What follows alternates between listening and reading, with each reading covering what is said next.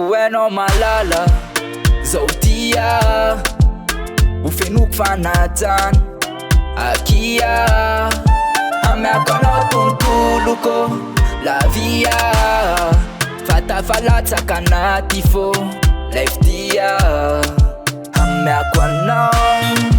love tena izy amiako anao tamtam safisafy raha ilainy hoajaiko anao arovy ave karikaraiko anao hoataoko se tianao fa tsara no tsara anao anderitina nanome hafaliana nampiakatry filiny aminao zapare aminao reritina tô feno fitsikina feno mamina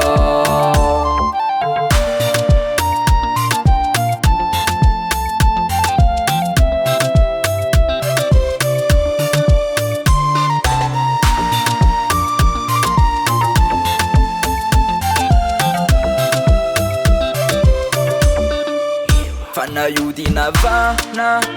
nayodina via reo tô zaida toanao mamparavoravo zao fa minao fazambarakoa amezako fitiavakoa kamana ianao toetiefanao amiako anao love tena izy amiako anao tamtam safisafy raha ilainy hoajaiko anao arovy ave karikaraiko anao hoataoko se tianao fa tsara no tsara anao anderitina nanome hafaliana nampiakatry filiny aminao zapare aminao reritina tô feno fitsikina feno mamina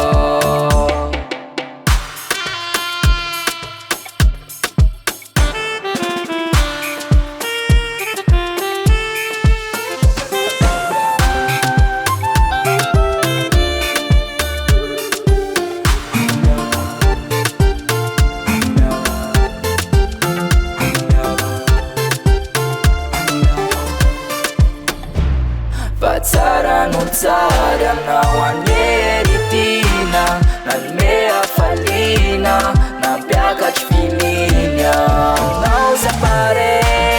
aminao reritina tô feno fitsikina feno mamina Rockman Studio Madagascar.